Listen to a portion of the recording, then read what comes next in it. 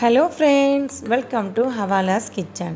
Friends, today என்ன special பார்க்க போகிறோம் அப்படின்னு சொன்னோன்னா, ரெஸ்டாரண்ட் ஸ்டைலில் ஒரு சூப்பரான ரொம்பவே டேஸ்டான பீஃப் சுக்கா தான் நம்ம பார்க்க போகிறோம். இப்போது ஒரு பேனை வச்சுக்கலாம். பேன் சூடேறினதும் கொஞ்சமாக ஆயில் சேர்த்துக்கிறேன். இப்போது ஆயில் சூடேறினதும் பெரிய சைஸ் பல்லாரி 2 எடுத்து அதை கட் பண்ணி அதை சேர்த்துக்கிறேன். இப்போ பல்லாரி வதங்கணும்.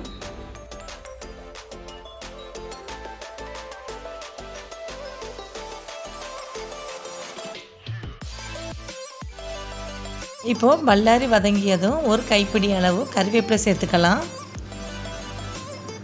அப்புறமா 2 ஸ்பூன் கசகசா ஆட் பண்ணிக்கலாம். 1 ஸ்பூன் மிளகு சேர்த்துக்கலாம். 1 ஸ்பூன் சின்ன ஜீரகம், அப்புறமா 1 ஸ்பூன் பெரிய ஜீரகம், அதாவது சோம்பு,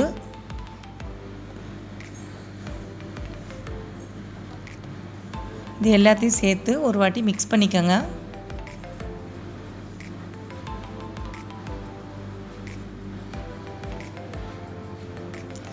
அப்புறமா வெள்ளை பூண்டு, அது ஒரு 8-10 பல்லு சேர்த்துக்கலாம். ஒரு 2 துண்டு இஞ்சி,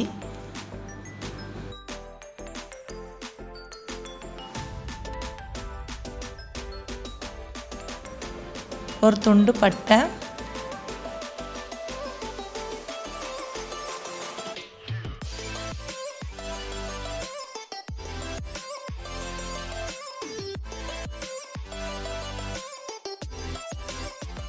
நாலு கிராம்பு, 4 ஏலக்காய், இவை எல்லாத்தையும் சேர்த்து ஒரு வாட்டி நல்லா மிக்ஸ் பண்ணிக்கோங்க.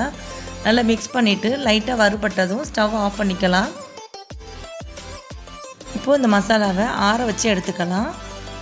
அதுக்கப்புறமா ஒரு குக்கரை வச்சு இப்போ நம்ம பீஃப் ரெடி பண்ணிடலாம். இதில் கொஞ்சமாக ஆயில் ஆட் பண்ணிக்கோங்க.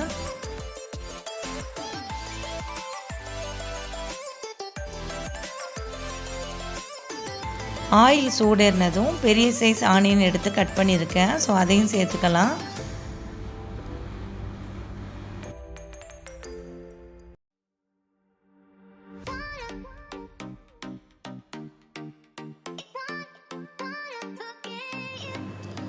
ஆனியன் வதங்கியதும் 2 பெரிய சைஸ் தக்காளி எடுத்து அதையும் ஆட் பண்ணிக்கிறேன். இப்போ எல்லாத்தையும் ஒரு வாட்டி நல்லா மிக்ஸ் பண்ணிவிட்டு தக்காளி வதங்கினதும் இப்போது ஆற வச்ச மசாலாவை ரெடி பண்ணிடலாம். இப்போ இதை ஆறிடுச்சு. இதை ஒரு மிக்ஸி ஜாருக்கு மாற்றிட்டு இதை ஃபைனாக அரைச்சி பேஸ்ட் பதத்துக்கு எடுத்துக்கலாம்.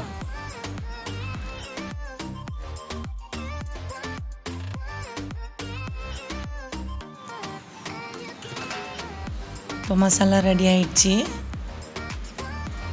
இப்போது தக்காளி வெங்காயம் எல்லாம் வதங்கினதும் மசாலாவை இப்போ இதோடு சேர்த்துக்கலாம்.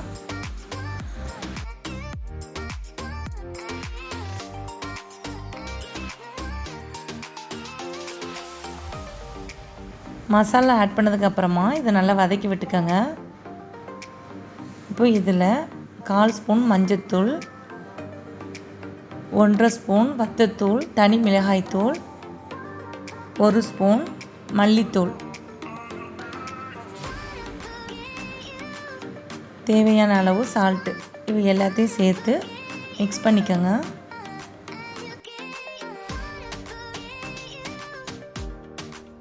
ஃபைவ் மினிட்ஸ் அப்படியே விட்டுருங்க. எண்ணெய் விட்டு மசாலா பார்க்குறதுக்கு நல்லா கிரேவி பதத்துக்கு வந்துடும். இந்த டைமில் நம்ம எடுத்து வச்ச பீஃபை சேர்த்துக்கலாம். நான் 1/2 kg பீஃப் எடுத்து க்ளீன் பண்ணி வச்சுருக்கேன். ஸோ அதை ஆட் பண்ணிக்கிறேன்.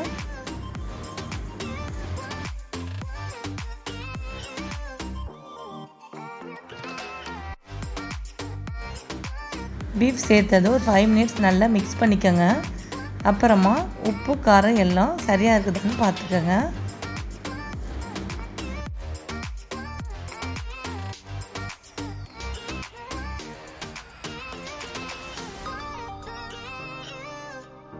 அப்புறமா தேவையான அளவு தண்ணி சேர்த்துக்கலாம். தண்ணி நிறைய சேர்க்க வேணாம், ஏன்னா இது ஒரு கிரேவி பதத்தில் தான் இருக்கணும்.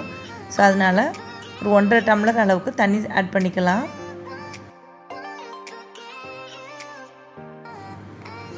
அப்புறமா குக்கரை க்ளோஸ் பண்ணிவிட்டு ஒரு 7 விசில் வேக வச்சு எடுத்துக்கலாம்.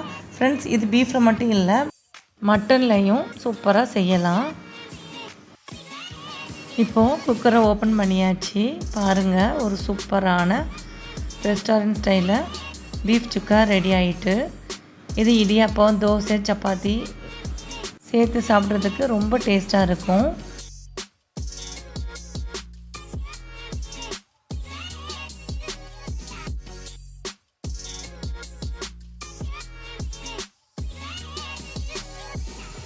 பாருங்கள், இப்போ சூப்பரான பீஃப் சுக்கா ரெடி ஆகிட்டு.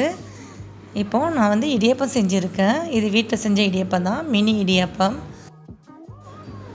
இப்போது சுக்காவோடு சேர்த்து சாப்பிட்றதுக்கு டேஸ்ட்டு ரொம்ப அருமையாக இருக்கும்.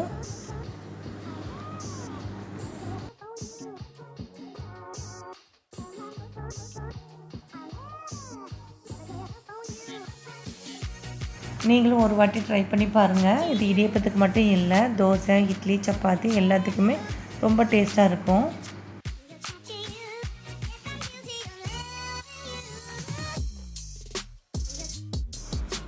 ஓகே ஃப்ரெண்ட்ஸ், இந்த வீடியோ பிடிச்சிருந்தனா லைக் பண்ணுங்கள், ஷேர் பண்ணுங்கள். மறக்காமல் ஹவாலாஸ் கிச்சனுக்கு சப்ஸ்கிரைப் பண்ணுங்கள். Thank you friends.